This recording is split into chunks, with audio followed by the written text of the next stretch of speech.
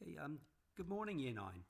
This presentation will take you through what triple science actually entails, and what I intend to do in this presentation is to go over why you might want to take triple science, and then secondly, I will give you a guide as to the subject areas that you would expect to cover in the three separate sciences.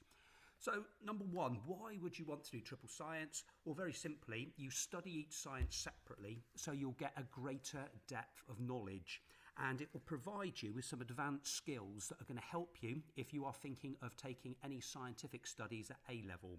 Okay, because you do more science during your GCSE, it makes the transition slightly easier as well, because you would have covered more material. At the end, when you get examined in triple science, you end up with 3 individual GCSE awards. So you'll get 1 for physics, 1 for biology, and 1 for chemistry. And they're all independent of one another. So you could end up with different grades in each of those sciences. If you decide to stick with double, you do 2 GCSEs at the end, but when they're grading them, they will average out the 3 sciences. Okay. And what triple also enables you to do is it will enable you to shine in what your favourite science is, and it will show colleges and sixth forms which of those sciences is your actual strength. Okay, it keeps your options open, and research shows that universities and employers will highly rate triple science because they know what skills you have gained in those particular subject areas. And another question that's often asked, yes, you can be entered for either foundation tier or higher tier at triple. So there is a foundation tier as well. Okay, so let's have a look at the 3 separate sciences and let's see what they entail.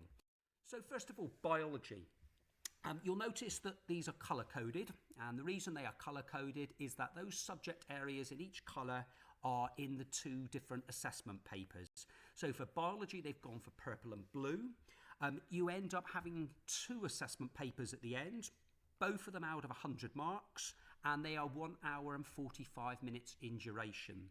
So if you were taking biology at triple, the subjects you would cover for paper 1 would be cell biology, organisation, infection and response, and bioenergetics. The following 3, homeostasis and response, inheritance, variation and evolution, and ecology, they will come up in paper 2. As well as learning a lot of theory, you also, though, do a lot of practical work, and you'll find this follows for each of the sciences. There are 8 required practicals in the triple biology. Only 7 of them you would do if you were doing combined. So you can probably see already that you will do and gain some extra knowledge and some extra skills. Okay?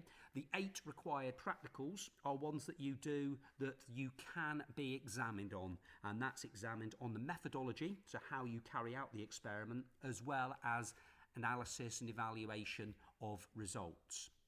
So this slide shows you what you would do for a biology if you decided to take it at triple. Chemistry, they have gone for red and orange to show you the subject areas that would be in the different papers. Okay. Again, reading through these, the ones that are in paper 1, you will look at atomic structure in the periodic table, bonding structure and properties of matter, quantitative chemistry, that's basically chemistry with some maths in it, chemical changes, and energy changes. And then in paper 2, the rate and extent of chemical change, organic chemistry, that's basically the chemistry of oils, chemical analysis, chemistry of our atmosphere, and then I suppose a very topical one, using resources. And again, throughout the chemistry course, there are practical activities that you will carry out. 8 of them are required practicals, and again, if you are following combined science, you would only do 7. So yet again, you'll get a greater grounding in knowledge and understanding in chemistry if you decide to take it as a triple subject. Okay. Finally, physics. Okay. Physics have gone for purple and blue. The purple sections are what you would do in paper 1. So you look at energy, electricity, the particle model, and atomic structure. Okay, and in paper 2, forces, waves and electromagnetism, and space. Now, in physics, there are 10 required practical activities that you will do, as well as various other activities that you'll do to improve your investigative skills as you go through the course. So this presentation, hopefully, if you're somebody who is thinking of taking the triple subjects, gives you a bit of insight into what you'll be doing. In summary, you basically will study these subjects separately and in more detail than if you took them as combined, and you end up with separate qualifications in physics, chemistry and biology.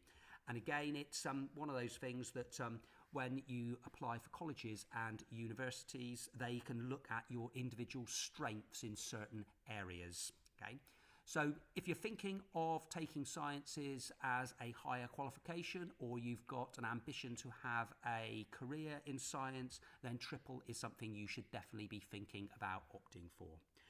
I hope that was useful. If you have any further questions, obviously you can ask anybody in the science department, and we will answer them for you. So again, thank you for listening, and hopefully this has given you something to think about. Thank you.